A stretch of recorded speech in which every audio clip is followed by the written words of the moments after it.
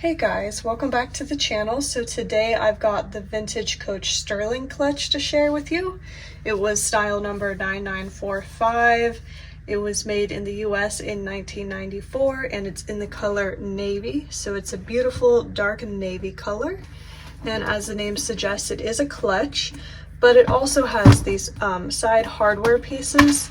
So it comes with an detachable and adjustable shoulder strap as well. So it's not only a clutch, but it could also be used as a shoulder bag. So it's quite the versatile style. And then here's where you would adjust the bag, obviously. So this is what it looks like with the strap attached.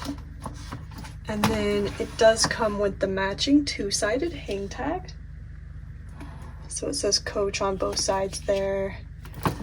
And the front does have a snap magnetic closure. Here's the side view again, and then here's the back. It's just smooth leather here on the back of the bag. And then when we open it, I'll go ahead and show you the inside pocket.